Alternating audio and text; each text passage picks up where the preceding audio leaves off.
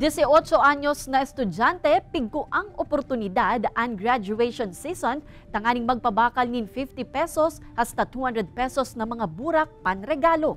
Uyan ni istorya ni Jessica Kalinog.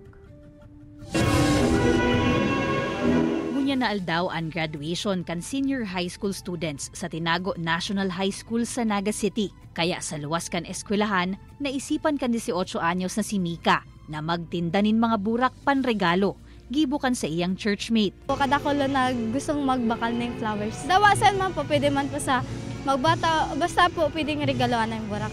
45 pedaso nin bouquet ang nakadisplay niya ngunyan.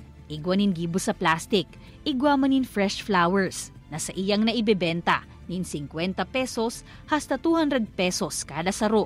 Ayos man po, depende po pag sa eskwelahan, naubos man po. Ang nakukuha niya sa pagtinda sa iyang pigtitipon asin pigtatagama para sa iyang pagklase ngunyan sa kolehiyo. Kaya ang semana na ini sa iyang pigko ang oportunidad na makabenta. Sa aga, sa ibang eskwelahan naman daan sa iyang ruta, dara ang mga burak na paninda. Kaibanan si Gerald Gandia, Jessica Kalinog, Balitang Bicolandia.